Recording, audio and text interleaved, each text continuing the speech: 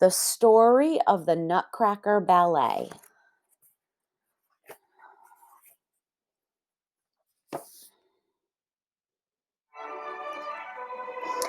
It was Christmas Eve, and Marie and her brother Fritz could hardly wait for the party to start. At last, the guests arrived. The drawing room doors were flung open, and a brilliance of light and color flooded the hall. "Oh, it's the most beautiful Christmas tree in the world!" cried the children. Hundreds of tiny candles twinkled like stars, and all sorts of sparkling ornaments and delicious things hung from the branches of the tree. Under the tree were many presents that the children didn't know what to look at first. Fritz grabbed a toy horse head mounted on a chestnut stick and galloped wildly around the room.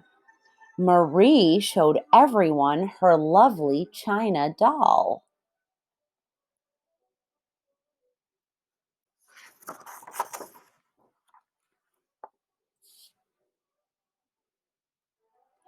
Godpapa Drosselmeyer brought out his special gifts. He opened a tremendous box, and out stepped a life-size toy soldier. Drosselmeyer wound it up, and everyone watched in awe as it marched around the room. Next, a toy Harlequin and Columbine stepped out of their giant boxes. Drosselmeyer wound them up, and they danced together. The children clapped their hands in delight.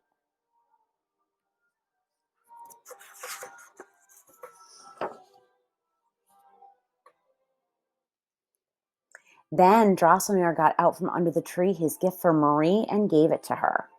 It was a wooden nutcracker shaped like a little man with a white cotton beard and a cheerful smile from ear to ear. Though it was a small gift, it was the one Marie liked best. Fritz called the nutcracker an ugly fellow and crammed the largest walnut into the poor nutcracker's mouth. Crack, crack, 2 teeth fell out. "Stop it, Fritz, you're hurting him," cried Marie as she snatched a nutcracker from her brother and cradled him in her arms. "Keep your broken nutcracker," snorted Fritz. "What's the good of a nutcracker who can't do his job?" Drosselmeyer gave Marie his handkerchief, and she gently tied it around the nutcracker's jaw. Marie vowed to protect the little wooden man forever.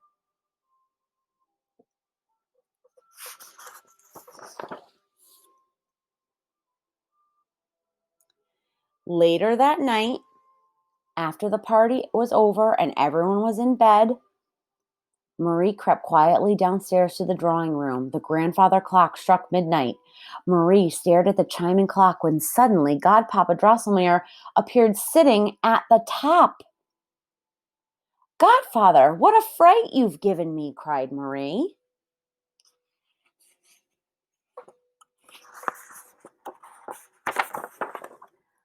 But before she could say another word, the most amazing thing happened.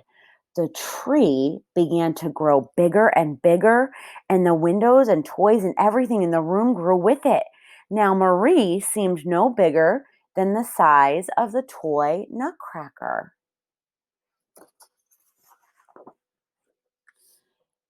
Just then, Marie was surrounded by an army of mice.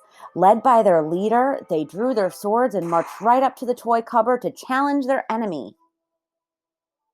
Drums beat, trumpets blared. It was the toys' call to arms. Soldiers, puppets, dolls, and even candy people rushed out. Then out of the cupboard leaped the nutcracker, flourishing his sword and leading the toys to battle.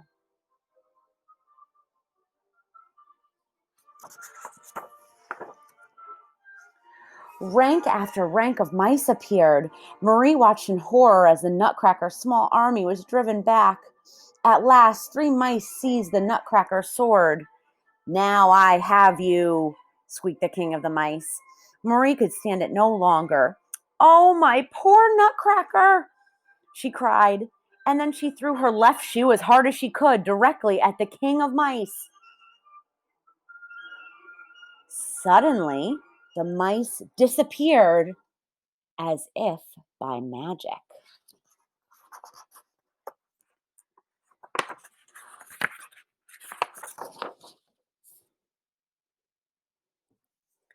Marie turned to look at the Nutcracker she loved so dearly, and before her eyes, the homely Nutcracker was transformed into a handsome prince. "My dearest lady," he said, kneeling before Marie, "you have saved my life. Now let me take you to my kingdom, the land of sweets." Taking her by the hand, he led Marie out the window and into Christmas Wood. The snowflakes tasted like sugar. Exquisite little snow fairies danced all around them, beckoning them on.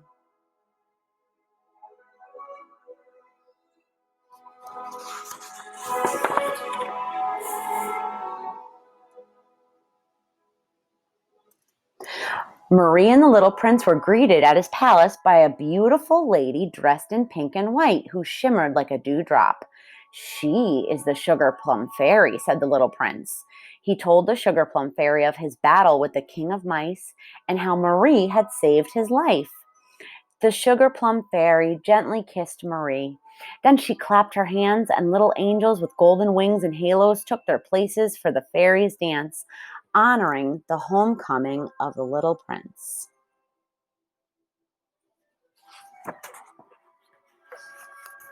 "And now," the Nutcracker Prince said, "to the banquet." He led Marie through the dazzling marzipan palace and into a crystal hall, and together they sat upon a golden throne. Then Marie and the prince watched in delight as all of his loyal subjects appeared, and one by one they performed a dance.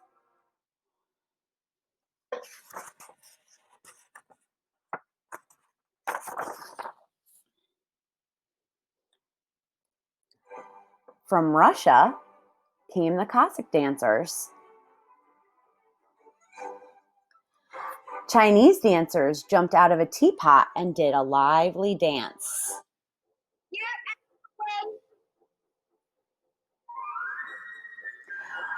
From France came Mother Ginger and her little puppets. They scampered out from beneath her huge skirt and did a playful dance.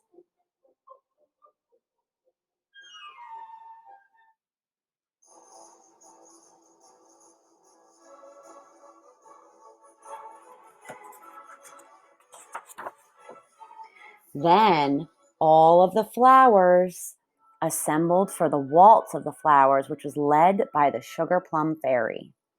Marie watched the splendor of the dances as though it were all part of a wonderful dream. "Everything and everyone here is so lovable and full of life," she said. "If only I could stay here forever."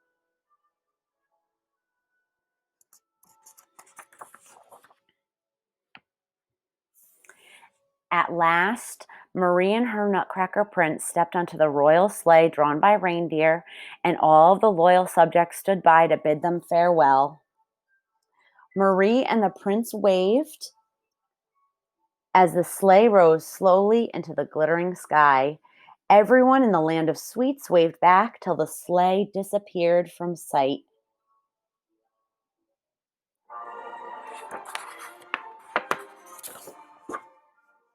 The next thing Marie knew, she was in her own familiar bed. Marie never told anyone about the beautiful land of sweets, but she knew that someday her love for the Nutcracker would take her back to that magic kingdom where wonderful things await to all who have eyes to see them.